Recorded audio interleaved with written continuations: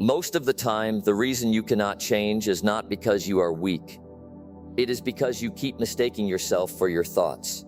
You think you are the one doing the thinking, but most of the time, your thoughts are doing the driving.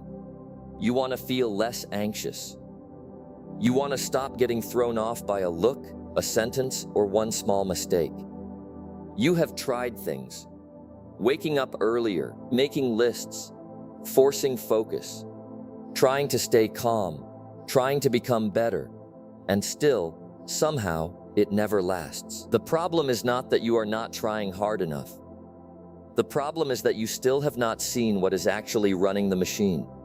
Real change is not something you force. Real change happens when you finally see the truth clearly enough that change starts happening on its own. Beyond the northern fog belt, there was a city called Grayrail. It was known for one thing: tracks. Raised tracks, underground tracks, tracks running through buildings, tracks circling the city like veins in a mechanical brain. The whole city ran on them. Unmanned rail cars rushed through crossings, loops, tunnels, and junctions day and night. Some moved smoothly, some rattled, some shook like they had already survived too many collisions. Some would swerve just because of the smallest shadow. The people of Grayrail had lived inside this system for so long that almost no one asked the question anymore. Am I driving, or am I just being carried? Adrian had grown up there. He had always believed he was simply the kind of person who was anxious, avoidant, and too easily shaken by other people's eyes. If someone looked at him too long on the street, he would instantly tense up. He would start wondering if his clothes looked wrong, if his face looked awkward, if the way he walked looked strange. When work piled up, he usually knew exactly what he should do. And still, he would reach for anything else first. Then at night, he would sit in the guilt, the panic, and the familiar exhaustion of disappointing himself again. He had tried to fix it.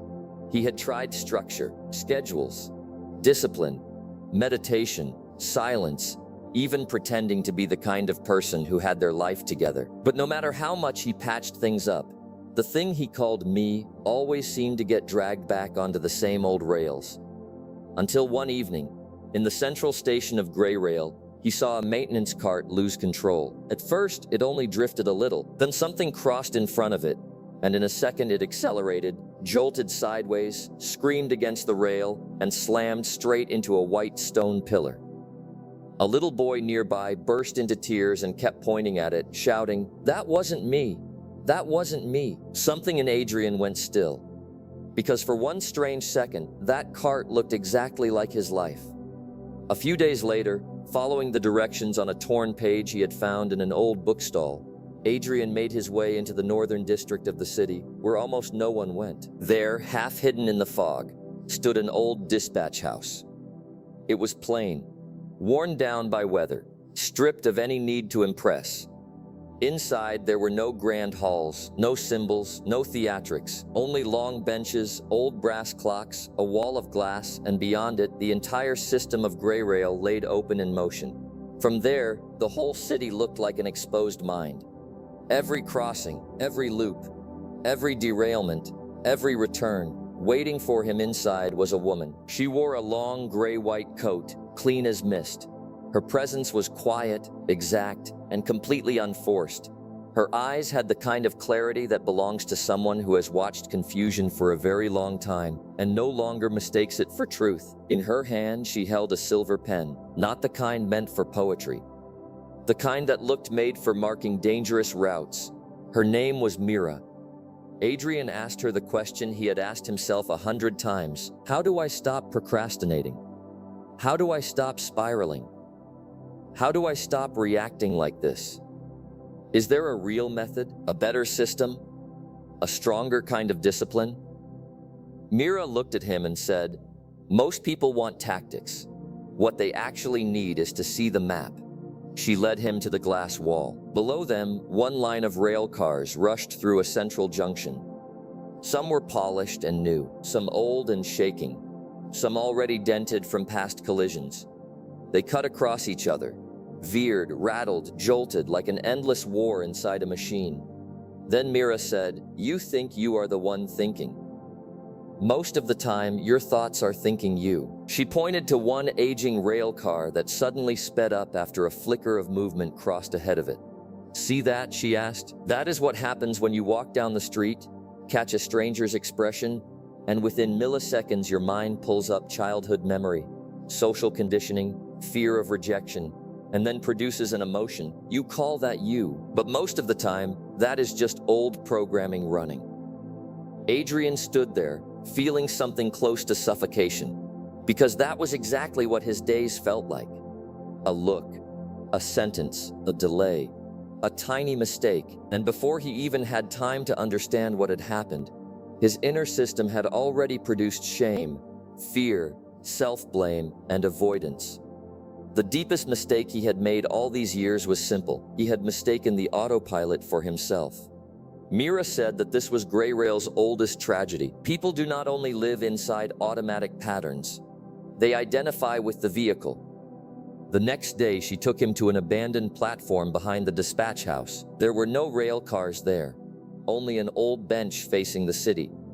Mira asked him to sit down and do nothing but watch. First, the rail traffic, then his own thoughts. I did not finish my work today. One car. My boss is going to be upset. Another car. I am a failure. I cannot even do this one simple thing. Another. Mira said that most people make the same mistake. When the I am a failure car comes through, they do not watch it. They jump into it, grab the controls, and drive it straight into a breakdown. Self-observation, she told him, means staying on the bench, watching it arrive, watching it make noise, watching it pass, watching it leave. At first, Adrian could not do it. Every thought felt like a hook. The second it caught him, he was gone. But slowly, he began to notice something. Every now and then, there was a tiny moment. In that moment, he was not the car. He was the one seeing it. Mira said that this was the turning point. Between stimulus and reaction, there is a gap. And inside that gap is your freedom. After that, she taught him the next stage, not controlling thoughts, naming them. She took him into a small room full of old labels. They were not for people. They were for patterns, shame, people-pleasing, procrastination, self-contempt, catastrophizing, comparison, jealousy, avoidance. Mira told him that when these things showed up, his job was not to fight them, it was to recognize them. Oh, shame again. This is the people-pleasing pattern. This is not reality. This is the old catastrophic script running again. The moment you can name a pattern, she said, you begin to tame it. Because a pattern that has been seen clearly and named accurately immediately loses some of its mystique. And what loses mystique usually starts losing power. The moment you see a pattern clearly, the pattern starts losing its grip.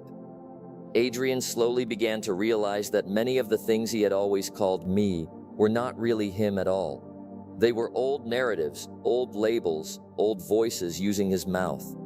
He was not inherently weak, not inherently broken, not inherently doomed to fail. He had simply been living inside inherited scripts for so long that they felt personal.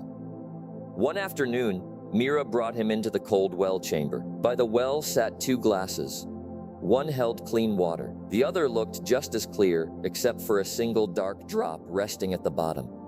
Mira asked him which one he would drink if he were thirsty. He pointed to the clean one. Then she asked, if I told you the other glass was poisoned, would you need willpower not to drink it? Adrian shook his head immediately. Mira looked at him. That is how real change works, she said. Not by force, by seeing. The world, she told him, worships willpower too much. But deep change does not come from forcing yourself to become a more controlled person. It comes from finally seeing that some things are poison. When you really see how anger destroys clarity, how procrastination is often fear wearing a different face, how jealousy is like drinking poison and hoping someone else dies, how people-pleasing slowly erases your shape, then change stops feeling like punishment. It becomes as natural as setting down the poison glass. You are not forcing yourself to become better. You are finally seeing the road clearly enough to stop driving straight into the pit. Later, Mira brought him into another room. It was called the Inner Vault. There was no money in it, no medals, no applause, only a dark wall, worn smooth by time, and a series of fine marks carved into stone. Mira told him that this room did not record how other people saw him. It recorded his reputation with himself. Most people build their self-worth on praise, approval, admiration, and external reward. That kind of self-worth is fragile because it is not your asset. It is rented light. But self-observation builds something else. When you see yourself choosing what is right, even when nobody is around, when you stop yourself from interrupting, when you face what you could have avoided, you deposit something into yourself that no one can take from you. A kind of internal credit. That kind of self-respect is not built through slogans. It is built through repeated, honest choices. This, Mira said, is what the new autopilot looks like. Not rigidity, a new natural response shaped by deeper seeing. She also warned him about the traps on this path. The first trap was urgency. People begin observing themselves and expect to become a different person in 3 days. But the mind reshapes slowly. It is biological, not theatrical. It takes time, it loops, it regresses. Patience itself is a form of advanced observation. The second trap was turning observation into an intellectual hobby. Observation is not the whole journey. It is the instrument panel. You still have to move. If you see a pattern but never turn insight into action, observation becomes another elegant form of delay. The third trap was mistaking observation for judgment. If you notice jealousy and immediately say, "I am a terrible person," that is not observation. That is attack. Real observation is clean, almost scientific. No moral drama, just accurate seeing. In the end, Mira gave Adrian a very small practice. Do not interrupt people when they are speaking. At first, he only noticed after he had already done it. Then he started noticing while he was doing it. Then one day, right as the words were about to leave his mouth, he felt something like a quiet signal inside him. That was the moment he first felt what choice really meant. He could keep talking, or he could stop and listen. And this time, he chose to listen. Mira told him that real change often looks like this. Not dramatic, not theatrical. Just one tiny win, compounding. Like a tree, it does not grow because it chants at itself. It grows because the roots finally go deep enough. Much later, Adrian stood once again at the glass wall of the dispatch house. Grayrail was still moving. The tracks still crossed and split and doubled back. The cars still rushed through the city. The algorithm still tugged at attention. Society still handed people scripts about what mattered and what did not. But this time, he was no longer carried away so easily. And at last he understood. Real freedom is not the absence of thoughts, feelings, or shadows. It is the moment you stop mistaking yourself for them. You are not the cloud passing through. You are the sky wide enough to hold it. And happiness is not some reward you chase down. It is what begins to appear when you stop manufacturing so much pain for yourself. Before he left, Mira told him something simple. You can begin now, not when you are more ready, not when you are calmer, not when life gets easier. Right now. The hand holding your phone, the movement of your eyes across these words, the rise and fall in your chest, the thought that just flashed through your mind before you could even name it. See it. The moment you see it, the road has already started to change. Because real change does not come from patching yourself into some ideal version.